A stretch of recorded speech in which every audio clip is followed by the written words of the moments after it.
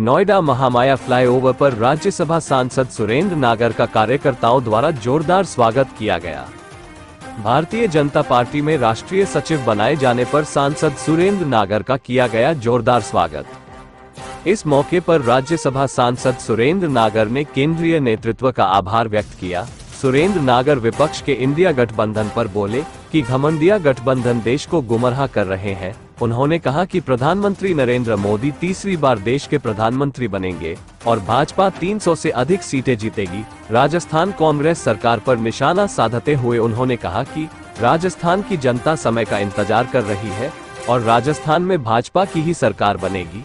Delhi glow news की नोएडा से खास रिपोर्ट। राष्ट्रीय नड्डा जी का, हमारे गृह मंत्री अमित शाह जी का आभार व्यक्त करना चाहता हूं कि उन्होंने जो राष्ट्रीय टीम अभी गठित हुई उसमें गौतम बुद्ध नगर से मुझे राष्ट्रीय टीम में मंत्री के रूप में शामिल किया। क्षेत्र की जनता की तरफ से, उत्तर प्रदेश की तरफ से मैं अपने शीर्ष नेतृत्व का आभार व्यक्त करना चाहता हूं। और आप जिस तरीके से देख रहे हैं पूरे देश में आज जो हालात है, चुनाव का माहौल है, 2024 की तैयारी भारतीय जनता पार्टी और पूरे दल मिलकर सब हम लोग हमारे साथी दल कर रहे हैं, एनडीए के सभी साथी। हमारा लक्ष्य है कि तीसरी बार इस देश में नरेंद्र मोदी जी प्रधानमंत्री बने। इस देश की जो हमारी अर्थव्यवस्था वो दुनिया की तीसरे नंबर की अर्थव्यवस्था बने।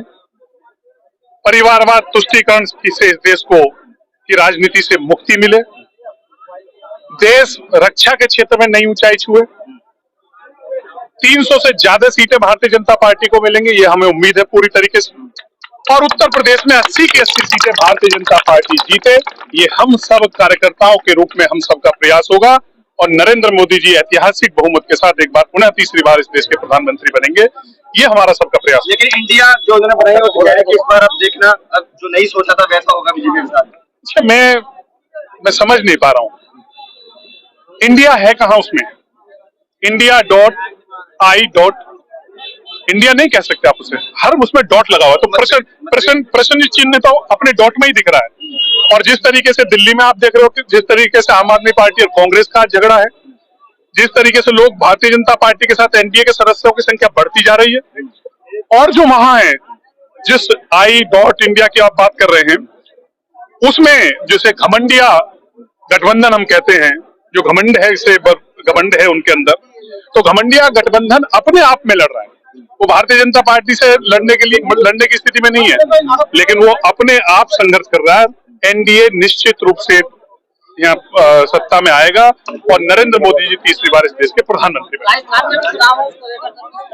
देखिए, राजस्थान में पूरी तरीके से भारतीय जनता पार्टी की चुनावी तैयारियां शुरू हो चुकी है। हम अपना बूथ स्तर पर संगठन हमारा खड़ा हो रहा है, हमारे राजनीतिक कार्यक्रम चल रहे हैं। और जिस तरीके से राजस्थान के हालात हैं, देश में सबसे ज्यादा महिलाओं पे अगर बलात्कार हो रहे हैं तो राजस्थान में हो रहे हैं। भीलवाड़ा की घटना की अगर देखें तो मैं तो वहां जाने का मुझे मौका मिला। भीलवाड़ा की अगर घटना देखें तो 14 वर्ष की बच्ची का रेप किया गया, फिर उसको बॉडी को रखा गया, फिर उसके बाद उसकी बॉडी को भट्टी में डाला गया। उसके बाद जब वो बॉडी नहीं जली तो उसकी बॉडी को काटकर बोरे में भरकर तालाब के पास डाल दिया गया। और उसके परिवारजन जब रिपोर्ट करने गए तो उनसे कहा गया कि पहले उस बच्ची का आप उम्र का वो बताइए कि कितनी उम्र है उस बच्ची की। और उसके परिवार के लोगों ने ही अपराधियों को पकड़ा, चारों अपराधियों को पकड़ के परिवार के लोगों ने दिया।